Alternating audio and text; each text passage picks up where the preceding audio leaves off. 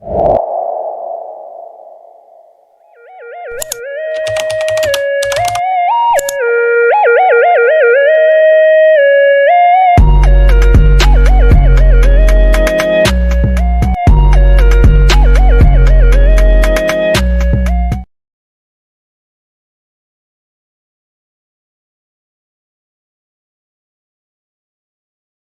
warahmatullahi wabarakatuh. Perkenalkan, kami dari kelompok 4 ingin mempresentasikan teori of Taiwan. Perkenalkan, nama saya Jendra Abzi. Perkenalkan, nama saya Bebas Sudiarto. Perkenalkan, nama saya Anasir Maka. Perkenalkan, nama saya Serpiran Sosmila. Perkenalkan, nama saya Lepardot. Latar belakang teori of Taiwan. Sekitar 12.000 tahun yang lalu, ketika berakhirnya zaman es yang ditandai dengan peningkatan suhu permukaan bumi, menyebabkan perubahan besar dalam berbagai aspek kehidupan. Kenaikan permukaan laut yang drastis mendorong para penduduk untuk bermigrasi. Persebaran mereka pun telah berubah petani hunian. Pergerakan ke daerah tropis pun terjadi secara masif.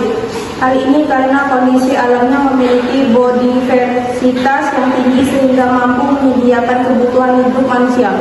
Sekitar tahun 4000 sampai 3000 tahun lalu, Kepulauan Nusantara kedatangan penduduk baru dari Taiwan. Mereka diindikasikan dari Taiwan karena menggunakan tutur bahasa Austronesia. Di Taiwan, orang-orang ini mengembangkan teknik-teknik pertanian dari Tiongkok Selatan. Kemudian mereka beradaptasi dengan lingkungan kepulauan dan belajar untuk menyeberangi selat. Sejak milenium ketiga sebelum Masehi, penduduk tersebut sudah menyebarkan ke arah selatan menuju Filipina dan memasukkan wilayah Nusantara melalui Sulawesi dan Kalimantan. Di sana mereka membawa dan mengembangkan budaya masyarakat Neolitikum. Budaya ini sering dicirikan dengan kehidupan yang menetap serta domestikasi pada hewan dan tanaman. Adanya tokoh pendukung teori of Taiwan. 1. Prof. Dr. Taufik Abdullah. Tokoh pendukung teori of Taiwan salah satunya adalah Profesor Dr. Taufik Abdullah yang merupakan guru besar antropologi Universitas Indonesia. Taufik Abdullah mendukung teori of Taiwan dengan alasan ia pernah meneliti tentang asal-usul bangsa Indonesia. Dalam penelitiannya tersebut, ia menemukan banyak kesamaan bangsa dan budaya antara Indonesia dan bangsa Kepulauan Pasifik dan Taiwan. Yang kedua, Dr. Slamet Muljana. Tokoh pendukung dari Out of Taiwan adalah Dr. Slamet Muljana yang merupakan sejarawan Indonesia terkenal dengan karya runtuhnya Kerajaan Hindu Jawa dan timbulnya negara-negara Islam Nusantara. Slamet Muljana menjelaskan bahwa penyebaran budaya dan bahasa Austronesia ada persamaan dengan bahasa di Kepulauan Pasifik dan Indonesia. Yang ketiga, Profesor Dr. Truman Simanjuntak. Truman Simanjuntak termasuk tokoh teori Out of Taiwan yang merupakan seorang ahli sejarah dan arkeologi Indonesia yang terkenal. Dukungan Truman Simanjuntak terhadap teori Out of Taiwan alasannya karena bangsa Austronesia memang asalnya dari Taiwan, kemudian menyebar ke penjuru Kepulauan Pasifik dan Indonesia. Dr. Rustan Leb, tokoh pendukung teori Out of Taiwan selanjutnya adalah Dr.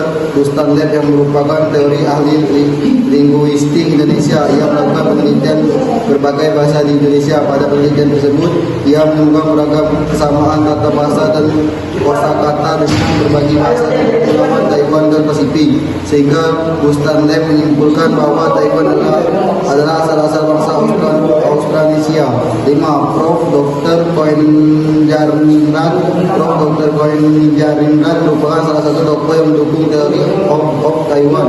Dia merupakan seorang ahli antropologi Indonesia yang terkenal. Alasan Koenjarningrat mendukung teori of Taiwan adalah adanya kesamaan bahasa dan budaya antara bangsa di Kepulauan Pasifik dan Indonesia. Hal ini menjelaskan jika bangsa Austronesia memang asalnya dari Taiwan. Fakta. Salah satu bukti sejarah teori Out of Taiwan adalah kegemaran bercerita lewat lukisan di dinding gua. Interaksi online. Banyak yang mengatakan bahwa nenek moyang bangsa Indonesia berasal dari Taiwan atau Pulau Formosa. Pendapat ini dikenal dengan teori Out of Taiwan. Faktor penyebab munculnya teori Out of Taiwan. Dasar utama dari teori Out of Taiwan yang pertama yaitu tidak adanya pola genetika yang sama antara kromosom manusia Indonesia dengan manusia dari bangsa Tiongkok.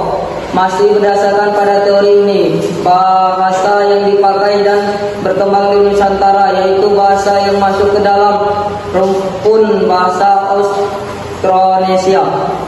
Adanya nama Latin manusia purba. Nama Latin manusia purba yaitu 1. Meganthropus paleojapanensis merupakan manusia purba tertua di Indonesia.